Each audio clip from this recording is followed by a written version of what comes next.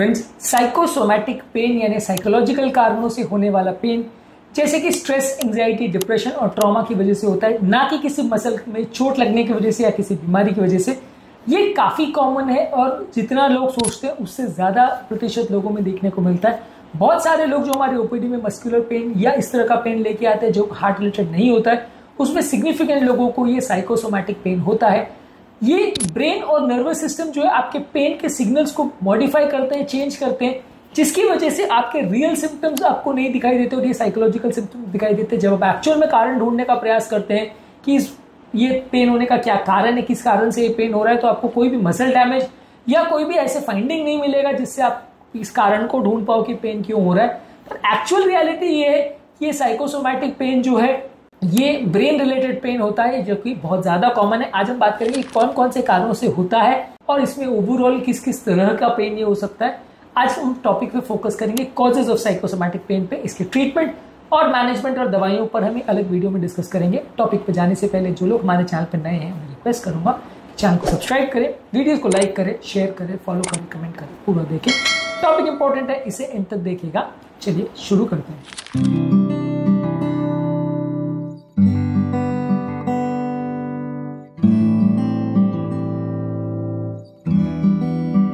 सबसे पहले अगर क्रॉनिक स्ट्रेस या एंजाइटी है तो स्ट्रेस में आपकी बॉडी में बहुत ज्यादा स्ट्रेस हार्मोन्स मिलते हैं, जिसकी वजह से आपके मसल्स में तनाव और पेन की सेंसिटिविटी बढ़ जाती है। आपकी बॉडी का पेन का जो प्रोसेसिंग सिस्टम है वो चेंज हो जाता है, जिसकी वजह से इवन स्ट्रेसर के हट जाने के बाद भी आपको पेन रहता है। यानी कि जो चीज की वजह से आपकी बॉडी में स्ट्रेस हार्मोन बने थे, एक बार वो चीज चली भी जाती है तो भी वो स्ट्रेस हार्मोन कम नहीं होते और आपका पेन का बॉडी में जो परसेप्शन है वो चेंज हो जाता है, जिसकी वजह से स्ट्रेस हार्मोन्स की वजह से आपको पेन होता रहता है। ज्यादातर इस तरह के पेन की वजह से आपको टेंशन टाइप हेडेक यानी सरदर्द हो सकता है, गले में, पीठ में और शोल्डर में पेन हो सकता है, जबड़े में पेन हो सकता है, या टेम्पोरोमैंडिबुलर जॉइंट यानी जो च्यू करते हैं ये मसल्स में पेन हो सकता है, यहाँ पे जो जॉइंट होता है उसमें पेन हो सकता है। तो ये कॉमन एरियाज में इस तरह का पेन जो कि स्ट्रेस और एंजाइटी से रिलेटेड होता है वहां पे पेन होता है। डिप्रेशन की वजह से भी हमारा पेन टॉलरेंस कम हो जाता है, बॉडी का इन्फ्लेमेशन रिस्पॉन्स चेंज हो जाता है, जिसकी वजह से ज्यादा पेन देखने को मिलता है। कई लोगों को जिनको डिप्रेशन की प्रॉब्लम होती है उनको मसल टेंशन ज्यादा बढ़ जाता है, मसल ज्यादा स्टिफ हो जाती है, इस तरह से लोगों को पेन होता है। डिप्रेशन की वजह से लोगों को कई तरह के क्रॉनिक प्रॉब्लम जैसे फाइब्रोमाइल्जिया, क्रॉनिक फटीग सिंड्रोम और अनएक्सप्लेन्ड जॉइंट और मसल पेन ज्यादा देखने को मिलते हैं। किसी व्यक्ति को अगर साइकोलॉजिकल ट्रॉमा या इमोशनल ट्रॉमा हुआ हो या बचपन में कोई फिजिकल ट्रॉमा हुआ हो बहुत सालों पहले, जैसे कोई बच्चे में कोई साइकोलॉजिकल ट्रॉमा चाइल्डहुड अब्यूज की वजह से भी होते हैं, किसी पेरेंट्स की वजह से, रिलेटिव ने उनको बचपन में अब्यूज किया हो फिजिकली, मेंटली, साइकोलॉजिकली, सेक्सुअली, या एक्सीडेंट्स की वजह से हो सकते हैं, या किसी रीसेंट आसपास व्यक्ति की डेथ की वजह से हो सकता है। ऐसे व्यक्तियों की बॉडी में पेन का परसेप्शन बढ़ जाता है, इनको ज्यादा पेन महसूस होता है। ये पुराने जो ट्रॉमा का जो पेन है उसको एक तरह से बॉडी रिमेंबर करने लगता है, जिसकी वजह से ज्यादा सेंसिटिविटी क्रिएट हो जाती है। इस तरह का पेन काफी लोगों को या तो इरिटेबल बाउल सिंड्रोम के फॉर्म में देखा जा सकता है, माइग्रेन के फॉर्म में देखा जा सकता है, या कमर में दर्द अक्सर लोगों को होता है, क्रॉनिक पेल्विक पेन होता है इस तरह के पेशेंट में ज्यादातर। इसके अलावा कुछ लोग को सोमैटिक सिम्टम डिसऑर्डर होता है, जिसमें फिजिकल सिम्टम्स पर बहुत ज्यादा फोकस होता है, कोई भी कारण नहीं मिलता है लेकिन पेन होता रहता है। पेशेंट को लगेगा कि उसका पेन बिल्कुल रियल है और उसको चलने फिरने में, सब काम करने में दिक्कत आएगी, हालांकि जब आप टेस्ट करोगे तो कुछ नहीं मिलेगा। इस तरह के पेशेंट को पूरे शरीर में पेन होता है, पेट में पेन होता है, डाइजेशन करने में पेन होता है और बार बार उसको डॉक्टर के पास जाना पड़ता है बिना किसी डायग्नोसिस के, और हर बार आप जांच करते हो तो कुछ नहीं मिलता है। ये भी साइकोलॉजिकल पेन का एक इंपॉर्टेंट टाइप है। इसके अलावा नर्वस सिस्टम, खासकर ऑटोनॉमिक नर्वस सिस्टम जो बॉडी के इनवॉलेंटरी फंक्शन जैसे हृदय की गति और डाइजेशन को कंट्रोल करता है, ये भी कई बार गड़बड़ हो जाता है।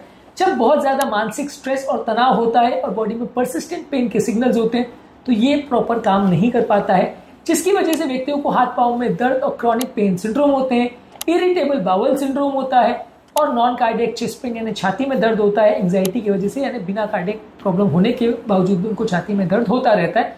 और ये पेशेंट हमारे जैसे कार्डियोलॉजिस्ट के पास आते रहते हैं मसल पेन लेके, लेकिन एक्चुअल में वो हार्ट का पेन नहीं होता है। इसके अलावा एक प्लेसिबो इफेक्ट और एक नोसिबो इफेक्ट होता है।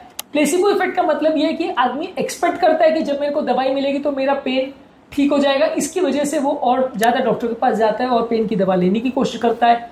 और एक होता है नोसिबो इफेक्ट, जिसमें उसको लगता है कि कोई भी बीमारी उसका पेन को और बिगाड़ देगी और ये उसको एक रियल बीमारी की तरह इमेजिन करने लगता है, जबकि एक्चुअल में कोई बीमारी नहीं होती, और ये नेगेटिव एक्सपेक्टेशंस उसकी बीमारी का कारण बनते हैं, जिसकी वजह से वो बार बार डॉक्टर के पास जाता है। तो इस तरह के पेशेंट्स में कई बार फियर पेन का जो होता है, इसकी वजह से लोगों को मसल टेंशन होते हैं, लोग अपने माइनर सिम्टम्स पर बहुत ज्यादा फोकस करने लगते हैं, जिसकी वजह से उनके सिम्टम्स और ज्यादा बिगड़। कुछ कल्चरल और सोशल इन्फ्लुएंसेस की वजह से भी आपके फिजिकल सिम्टम्स बढ़ जाते हैं। जैसे अगर काम में बहुत ज्यादा तनाव हो, फैमिली का प्रेशर हो, सोशल एक्सपेक्टेशन हो, तो ये सारे लोगों को भी पेन ज्यादा होता है। कई बार लोगों को वर्क स्ट्रेस की वजह से पेट में दर्द होता है, रिलेशनशिप स्ट्रेस की वजह से पीठ में दर्द होता है, ये कॉमनली लोगों को देखने को मिलते हैं। तो बेसिकली साइकोसोमैटिक पेन एक पागलपना नहीं है, लेकिन काफी लोग को देखने को मिलता है। ब्रेन और बॉडी किस तरह से आपस में इंटरेक्ट करती है उसके ऊपर डिपेंड करता है। स्ट्रेस की वजह से, एंजाइटी की वजह से, डिप्रेशन की वजह से, ट्रॉमा की वजह से और ऑटोनॉमिक सिस्टम के डिसफंक्शन की वजह से इस तरह के पेन ट्रिगर हो सकते हैं। काफी लोग को इरिटेबल बाउल सिंड्रोम, फाइब्रोमाइल्जिया और टेंशन टाइप हेडेक और क्रॉनिक फटीग सिंड्रोम ये ज्यादातर देखने को मिलता है। इस तरह के लोगों को यदि आप कॉग्निटिव बिहेवियर थेरेपी देते हैं, माइंडफुलनेस मेडिटेशन के साथ ट्रीट करते हैं या ट्रॉमा थेरेपी देते हैं, तो इस तरह के पेशेंट्स को आप प्रॉपर्ली ट्रीट कर सकते हैं। इस तरह के पेशेंट को मैनेज करने के लिए क्या क्या चीजें कर सकते हैं, कौन कौन सी दवाइयां आती है, इस पर हमने ऑलरेडी अलग से वीडियोस किए हैं, उनको जरूर चेकआउट कर लीजिएगा। साइकोसोमैटिक पेन अपने आप में एक इंपॉर्टेंट पेन की एंटाइटी, जिसके बारे में समझना, जानना और इसको पहचानना और सही तरह से ट्रीट करना जरूरी है, क्योंकि जितना हम सोचते हैं उससे कई गुना ज्यादा कॉमन है और कई लोग इससे ज्यादा परेशान रहते हैं। ये जैसे ही हम साइकोलॉजिकल प्रॉब्लम्स को ट्रीट करते हैं, अपने आप ये ठीक होने लग जाते हैं।